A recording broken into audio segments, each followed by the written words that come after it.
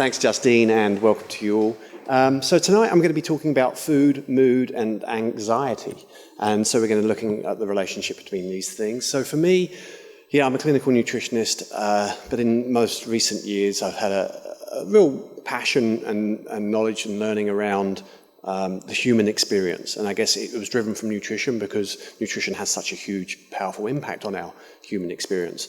And so for me, the mental aspects, very much tie into this. And so I'll invite you, as I go through this next 20 minutes, it's probably going to be a lot of information, that tends to be how my brain works. And I'll invite you just to take whatever may work for you from it. So we're going to sort of delve into food, mood, and anxiety. So for me, we all have mental health. It's not, it's not somebody who has a diagnosis of a mental health condition. It's like the World Health Organization says, they're not a broken person. They are a human being with unmet needs. And so we all have needs as human beings, and we often have unmet needs. And those unmet needs can really then drive how we feel. And so we have mental health, and we have this continuum of mental health and mental wellness, I prefer to look at it as. And so at one end of the continuum, yes, some people have days, weeks, or months of not feeling very well. They're going to get a diagnosis of a certain condition. But it's very natural to have these certain feelings of anxiety or say feeling depressed for certain reasons. And so when we start looking at these unmet needs, there's a lot of things that could be driving these unmet needs. Now, it can be social aspects, it can be biological, physiological, and it can be nutritional. And so today I'm going to kind of take you through some of these strategies to really improve our experience of life, if nothing else. And so when we start looking at the statistics around New Zealanders, so 1 in 6 New Zealanders will be diagnosed with a mental health problem at some point in their life. If we look at the research from 2006 to 2007, so that's the last mental health research data in New Zealand, mood disorders were up 56%, and anxiety disorders were up 140%. So we've seen that it's really a perfect storm for poor mental health. And actually this year, given what's been going on this year, we're going to see that obviously go up. So when we start, there's a strong relationship between stress and anxiety, so that the more people experience stress, the more anxiety people experience. There's also a strong relationship between stress and increased depression, so the more stress people have, the more likely they are to experience depression. And so when we look at anxiety is a completely natural response, and again, I believe we all have anxiety to a degree. We may not be aware of it, but we all have it. When you go back thousands of years to the evolution of mankind, go back to the savannas in Africa, anxiety very much served us because, there'd be a rustling of a reed over to the left and your body would go, what was that? And, that would give us our fight or flight response, so we'd respond to that. In fact, research with animals shows, and herd animals particularly, that the anxious animals are actually the ones that are very important to the herd, because those anxious animals are like, did you hear that? Did you hear that twig? They're like, and so they're the ones that go first, and then they lead the herd to safety. And so very, very important. So anxiety is, there's a spectrum again for anxiety, and it could be as simple as anticipation for an event. Now, we wouldn't deem anticipation for an event to be a negative thing. Yet most of us may have anticipation for an event, but it could also then lead to worry, concern for the future. And then it can even go to more extreme aspects like dread. And so, again, this is the spectrum of anxiety, completely natural. So how many of you, I'm just curious, how many of you kind of are aware within yourself that you sometimes feel anxious? Cool. That's most of you. I was going to say, I didn't see if everyone had their hand up or not, and I was going to say, if anyone didn't have their hand up, I'd like to invite you up to come tell a joke. So hopefully, just if you didn't have your hand up, and now you can come and tell a joke if you like, but the thought of coming up and telling the joke in front of people when you're not prepared should probably create some anxiety in you. And if it doesn't, it may well create thoughts of, really, he wants me to go tell a joke? That's anxiety. We just haven't put the label onto it, right? So awareness is one of the first tools that we can use to help with mental health conditions like anxiety, even if you're feeling depressed. Like if you're feeling depressed, it's like, well, what do I need? What do I need to feel better? Maybe it's a hug, right? Maybe it's some good nutrition. Maybe it's more sleep. Maybe it's some exercise. Maybe it's a greater sense of community. Okay, and with anxiety, again, you can start looking at the anxiety. So that I have anxiety about flying. It's not, I don't worry about the plane crashing or anything like that. I have anxiety about missing the plane and looking like I can use a London word, looking like a prat, a pregnant fish. But if you can watch the awareness to the fact that you're getting anxiety about that. So for me, last night when I was getting ready, I was a bit anxious about, I've got a flight in the morning, don't want to miss it, set the alarm, all that stuff. And you can start being aware of that and going, that's okay, that's natural, that helps you perform. That helps you make sure that you are going to get the plane. And for me, I have anxiety about talking to you tonight. But what that does, that helps drive me prepare so that hopefully you get a better talk. And so I kind of smile when you work within a health company, BePure, that are founded, and we have a lot of very anxious people who work with us, and they're incredible. For me, I see anxious people as some of the best performing people I've ever seen. Why? Because they're really cautious and careful about what they do because they're anxious. So don't necessarily look at it as a problem. Anxiety only really becomes a problem when it starts becoming dysfunctional, it starts impacting your life and what you do. So by the way, I'm 4 years into a PhD on anxiety and mental health and biochemistry and nutrition through Canterbury University. So it's kind of like a little hobby, anxiety. In itself causes a little anxiety. So stress mechanisms. So these stress mechanisms are beneficial, but when we start getting too much and they start getting activated, we start getting release of hormones like cortisol. And so the higher our cortisol levels, we literally become more like a cat on a hot tin roof. So we know that the more cortisol is, the more anxiety is, because the more cortisol is, we're going, where's the danger? Where's the danger? So we start then looking for things in the environment that could be dangerous just because we have high cortisol, because our fight or flight response is triggered. And so it's good just to be aware of that, and this is why it's very important to manage our stress levels. And so meditation, we're going to hear from Brian later about meditation. And meditation is a wonderful tool to bring the nervous system down, to balance the nervous system. Meditation also helps increase your awareness, so you can then be more aware of how you're feeling and why you're feeling that way. And then breathing, we can also look at changing our breathing pattern, and maybe we'll show you later. And you can change your breathing pattern and directly tap into your autonomic nervous system, which controls your stress response, and physiologically tether and hold down your nervous system so you can stay relaxed even though you are feeling very stressful. Okay, a good example of this is with Wim Hof technique, where you jump in really icy cold water and then you learn to control your breathing, control your physiological response to the ice. All right. So, the stress response. So your stress response can be physical or mental. Your body cannot tell the difference between a physical and mental stressor. All right? And so in the modern world, we don't have a lot of physical stressors anymore, particularly in New Zealand right now. We're very lucky. And yet we have a lot of mental stressors, and our bodies can't tell the difference. So those mental stressors, they impact your body's physiology in the exact same way as physical stressors would. All right? So they raise your blood pressure. And prolonged time, we know that's obviously comes with other risks. We know that increased stress then impacts gut health, so it increases IBS.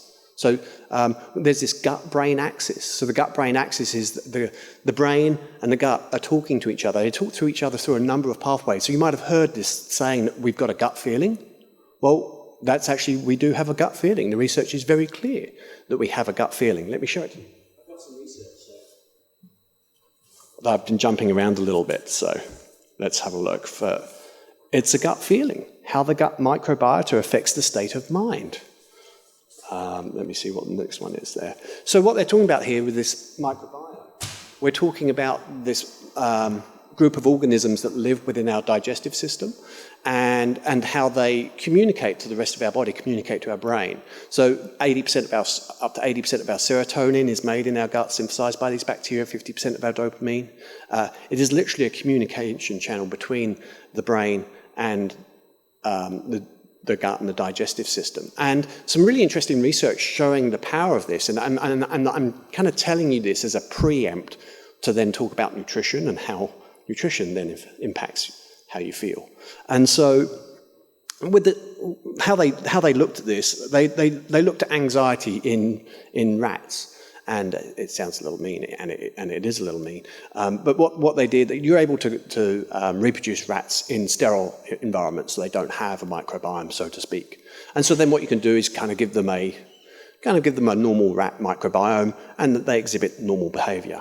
But you could take those rats and then take a rat that exhibits anxious traits, so it's an anxious rat.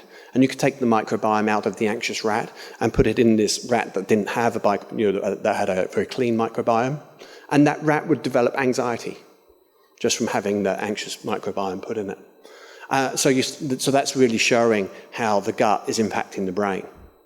And then what they did, they took a rat who had a normal microbiome and didn't exhibit anxiety, and they gave the rat anxiety by forcing it to swim, so forced swim tests. So they basically put the rat in water, force it to swim, very stressful for the rat. The rat starts getting anxiety about swimming, okay? And then they looked at the microbiome and they found there were changes in the microbiome. It now had developed an anxious microbiome.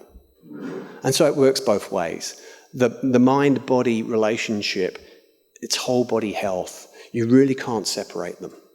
Okay, so if you're invariably going to have gut problems, you're going to have inflammation, you're going to invariably, you may have increased anxiety, you may have increased feelings of depression because of that. In fact, they're actually looking at specific strains of probiotics now as a treatment for depression or as a treatment for anxiety. And so the food we eat really plays an incredible role for how we think and feel, from a number of aspects, not only from the nutrients we're getting. By the way, let me just go on a little side journey here around nutrients. Nutrients are also incredibly important for mental health. A lot of strong research showing this. No real surprises because, for example, your ability to build serotonin is zinc, B6 and vitamin C dependent. So if you're deficient in any of those, you're going to limit your body's ability to build this feel-good hormone. Many of these other important neurotransmitters in the brain, like GABA and dopamine and brain-derived neurotrophic factor, which are really important for how we think and feel, again, are dependent on micronutrients. So things like zinc, vitamin C, which I've mentioned already. By the way, vitamin C has been shown to be very effective for anxiety because it reduces cortisol. Magnesium, vitamin D, selenium, all of these, again, iron, have been shown to be very, very beneficial. And so I'm a big fan of people taking a high-quality multivitamin, by the way, just as an aside, just because it's very difficult to get everything you need from your diet in the modern world. And so those nutrients are really important. So back to food. So eating as well as we can is really important so that we get the nutrients we need to run our body's physiology, so we can meet our physiological need to build these molecules that our bodies require to think and feel as good as possible. Because I don't know about you, that's my game. I'm not overly worried about living a long time. I just want to feel great the whole time.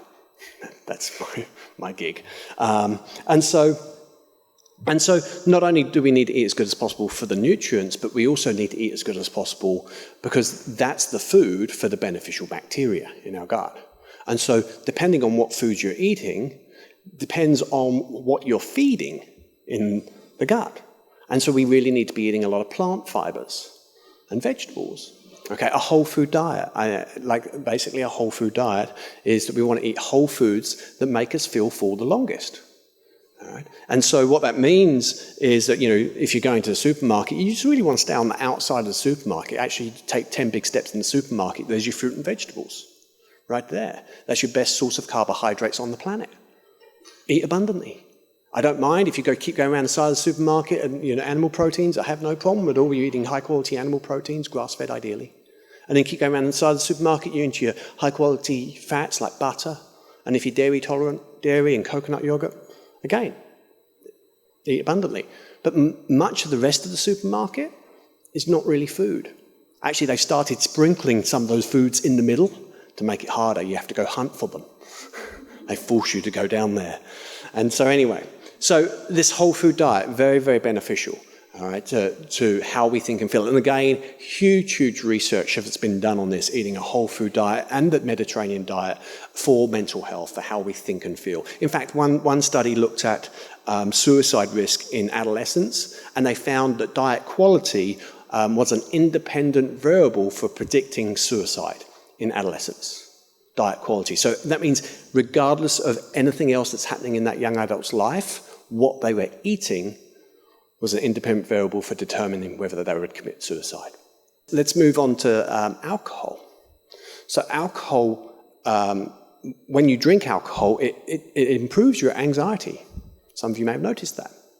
It decreases your anxiety. The problem with that, until the next day. And what the research shows is it decreases the anxiety while you're drinking, but the next day the anxiety comes back worse. And so this can actually set up a feed-forward mechanism where people self-medicate with alcohol, right, to decrease the anxiety. And so for me, it's about coming back around and looking at, well, what's the need? What's the unmet need in that person? So I had a client who was a marketing executive. She was in her early 50s. She was maybe late 40s anyway. She came in for autoimmune condition. She had very severe gut problems, and she was drinking probably 3 glasses of wine a night. Okay. Now, the first time I had a consult with her, I didn't even go near the wine. I knew it was a problem, but she had an anxiety disorder, by the way, as well. Didn't even go near the wine because I was like, first time I meet her, if I say, okay, I want you to stop drinking wine, I'm not going to see her again. And so we got a few wins under her belt and got things going, and got to looking at her, addressing her gut issues. And what we were able to do, so one of her keys to relax is like right after work, she would come home and she would hop in the jacuzzi. She had a really nice jacuzzi, apparently. She'd hop in the jacuzzi with a glass of Chardonnay. And that was her cue to her body to relax. So really stressful job. As soon as she got home, in the jacuzzi, glass of Chardonnay, she could relax. So so alcohol was a relaxation. Right? So once we figured that out, that was her relaxation, we started playing with how can we relax her without the alcohol. And so obviously still involved the jacuzzi, and it still involved the glass in her hand, in fact. So what we were able to do is get her to, she was very happy with this, is to have a glass of vitamin C in the jacuzzi after work, and she felt the same. The thing about it was it had to be in a Chardonnay glass. If it was in a tumbler, it didn't work. But she had to feel that Chardonnay glass in her hand. And the interesting thing about that is vitamin C lowers cortisol. And so helps us relax. And so thank you very much for coming tonight. And I'm looking forward to the Q&A a little later, and enjoy the rest of the speakers. Go well, be well. God bless you all, okay? Thank you.